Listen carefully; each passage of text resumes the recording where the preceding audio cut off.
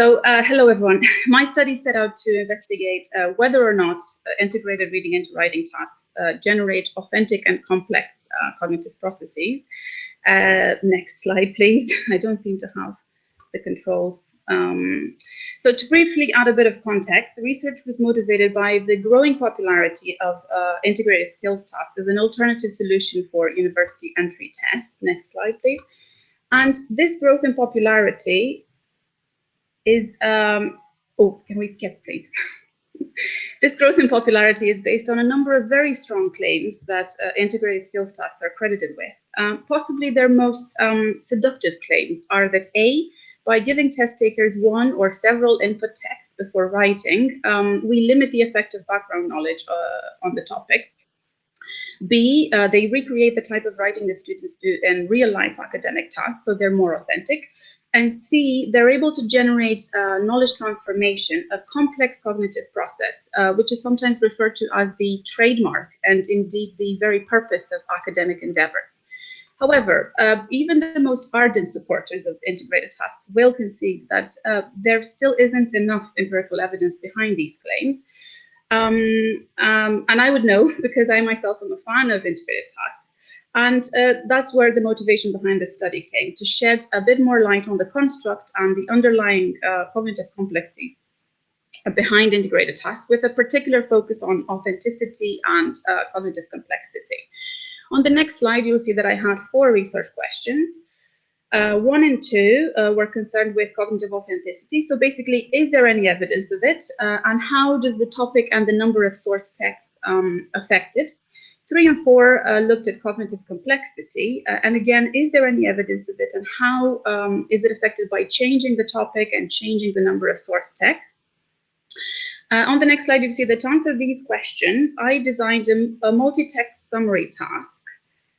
And I asked 12 volunteers to write a summary task on 2 different topics under 2 different conditions. So they were asked to summarize 2 source texts on topic A and 3 source texts on topic B, or the other way around. Concurrent think aloud reports were collected, and the data was then analyzed following a deductive approach and a dual coding scheme, one for authenticity and one for complexity. Next slide, please. For research questions 1 and 2 regarding authenticity, I used Dr. Chen's. Next slide, please. Can you still hear me? Oh dear. Maybe you can. I'm going to continue. So for research questions 1 and 2 regarding authenticity, I used Dr. Chen's conceptualization. Oh, no, back. Oh dear. We're completely out of sync, sorry. So anyway, I used Dr. Chen's conceptualization of cognitive authenticity in writing for academic purposes. And it consists of 5 major phases, 11 core cognitive processes, and 45 different sub-processes. I use these 45 sub-processes to code the verbal report data that I gathered. Jumping straight into the main findings, about two or three slides from this, with lots of boxes, green, yellow, and red. This one, thank you. So regarding question 1 about cognitive authenticity, whether or not there is any evidence of it, the answer was a fairly confident yes, in that the data yielded evidence of 39 of the 45 targeted cognitive processes. As you can see on this slide in green, overall there was abundant evidence of cognitive authenticity, but some processes were underrepresented, highlighted in yellow, and others were entirely absent, highlighted here in red. And I'd like to focus on these last 2 trends. I believe that these trends are explained by the type of integrated task that I use, namely a summary task. And it would seem that the participants conceptualize the summary task as strictly non-argumentative, purely expository, and highly impersonal. Their main purpose for writing seemed to gravitate around the propositional meaning of the source text, and they felt that they should remain almost mechanically loyal to the source text. Thus, original ideas and viewpoints were not deemed desirable or appropriate, and that probably explains the relatively weak representation of reconstructing writing plans under conceptualization and connecting and generating ideas under discourse construction. In monitoring and revising, there was little evidence of checking that content was relevant, and instead there was a lot of evidence of checking that the content was accurate and loyal to the sources. And furthermore, there was no evidence of checking that own viewpoint was included. That's why it's in red. In fact, there was one participant who was observed explicitly checking that their own viewpoint was not included. Now, all this supports the interpretation that the way the participants conceptualized the summary task permeated all cognitive phases and may have rendered some of the more sophisticated processes unnecessary or perhaps even counterproductive. As regards discourse construction, a lengthy phase was observed, but the phase was rather dominated by careful reading to the detriment of search reading. And this is most likely because the source texts were by necessity very short, which also probably explains why participants were not observed to be using their knowledge of how articles are organized to find parts to focus on, highlighted in red in organization. The texts were simply too short to necessitate that. The data also showed poor explicit representation of readership, and that's probably because the intended reader was implied but not explicitly stated in the rubric. Now, I believe this also explains the limited source attribution I observed in the scripts and the lack of checking for plagiarizing, which should actually feature in red here under monitoring and revising, as should organization while writing. My apologies. On the next slide, you will see that as regards question 2, I was able to determine that the topic does affect cognitive processes, particularly in the conceptualization, organization, and monitoring phases, and also that varying the number of source texts changes the nature of cognitive processing. So perhaps unsurprisingly, if we give test takers more source text, then they engage in more discourse construction, more organization, and more monitoring and revising. Moving quickly to the next stage, for research questions 3 and 4 regarding cognitive complexity, I coded the data using Professor Linda Flower's conceptualization of complexity when writing for academic purposes, defined as knowledge transformation. We should be looking at the next slide. Thank you. So Professor Linda Flower's framework defines knowledge transformation in 2 different ways. Firstly, dialogic reading, 4 types of mutually altering dialogue between the reader and the text, and constructive planning, where the writer, instead of executing a learned pre-existing structure, such as advantages followed by disadvantages, for example, instead they engage in a rhetorical problem-solving act, a much more complex type of process. So with regards to whether or not integrated summary tasks are able to generate this type of cognitive complexity, the answer was yet again a fairly confident yes. Participants were observed to enhance the propositional meaning of the source text by finding similarities and differences, inferring, producing examples and counter-examples, and thus showing evidence of dialogic reading. There was also evidence of constructive planning, meaning that participants engaged in reflective and self-evaluative thinking, taking into account.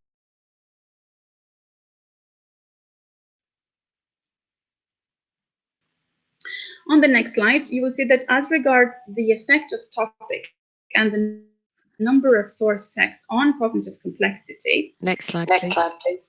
I was able, next, skip please, thank you. I was able to distinguish 3 trends. The topic seems to affect the degree and manner in which test takers engage in supportive or critical reading. In fact, it's the test taker's personal opinion and beliefs on the topic that affect how they engage with the source text. On the other hand, the number of input texts tend to affect dialogic reading of the comparative or combination type, as well as constructive planning. So it would seem that 3 source texts generate more of these complex types of processes than 2 source texts. And finally, very quickly for some brief discussion of the implications on the next slide. It would seem Next slide. Next slide.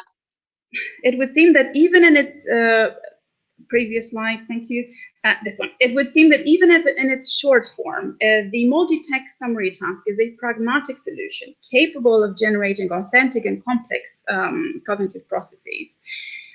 Three source texts are more successful than two source texts at eliciting the cognitive complexity characteristic of the academic domain. Longer source texts are highly advisable to generate a more authentic balance between search reading and careful reading. Unfortunately, the topic effect remains a pertinent topic of discussion despite the provision of input text. It would seem that test takers, perhaps unsurprisingly, prefer a familiar topic, but if the topic is unfamiliar, they welcome the support of an additional source text. And finally, for some practical task design considerations, unambiguous audience specifications are highly recommended to generate better representation of readership and encourage more source attribution. And last but certainly not least, if more sophisticated cognitive processes are targeted, an integrated task which asks test takers for interpretation of the sources and argumentation should be considered. Thank you very much. Thank you very much. Thank you very much, Lena. I don't think we have time for questions immediately. I'd like to move on to Ivy's presentation, if you don't mind. If we have any time for questions right at the end, we might come back to you. If we don't have enough time for any questions, please, I'd just like to remind the audience that Alina and Ivy will be available in the scholarship area after the presentation slots have finished in the break. Thanks. So, Ivy, I'm not going to take any more of your time. The technician will move the slides on for you if you're unable to, if you can't see a way to do that yourself. I think we're having a few technical problems. So just let us know and the technician will move the slides on. So thank you very much. Okay, thanks. Okay, so then I'll just jump straight into it because it doesn't look like I have much time. Okay, so collocations are essential, ubiquitous, and naturally occurring in both written and spoken English. These are seemingly arbitrary combinations, which makes learning them pretty difficult. So from the frequency-based tradition, collocations are simply above chance co-occurrence of two or more words. The issue is then you get combinations like and the, which doesn't really have a meaning. From the phraseological tradition, which focuses on meaning, then you get combinations like pink bag. But the thing is, lots of things can be pink, and bags can be lots of colors, for instance. So these two words don't really go together very strongly. So I used both traditions, and you would get combinations such as vast majority or colossal statue. And you can see, even though vast and colossal have similar meanings, you wouldn't have vast statue and colossal majority. So there's a bit of a restriction there.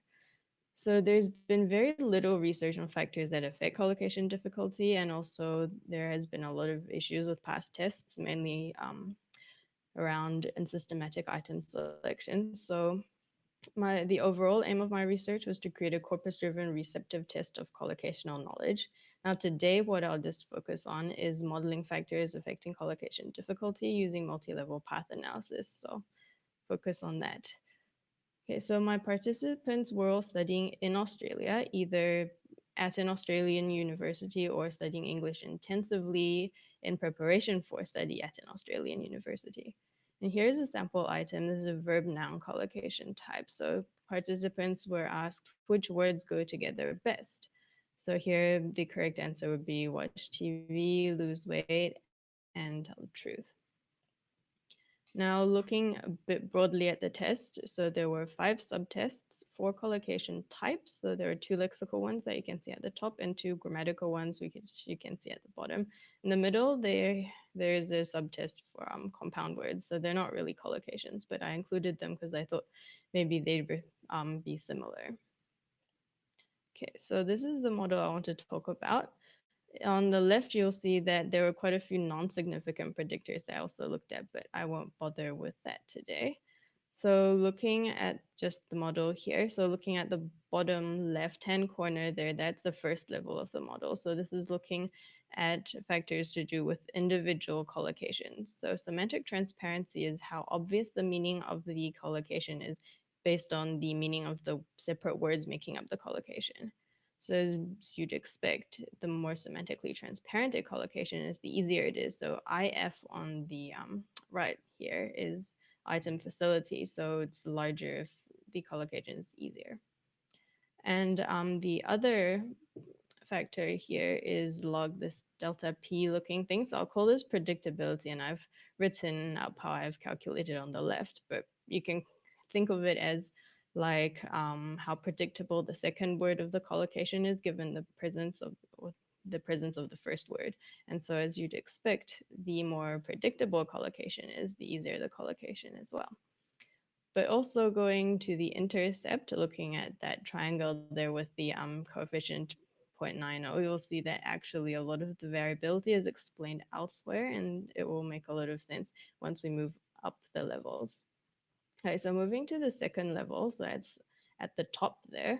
So this is now moving beyond the individual collocations to the subtests.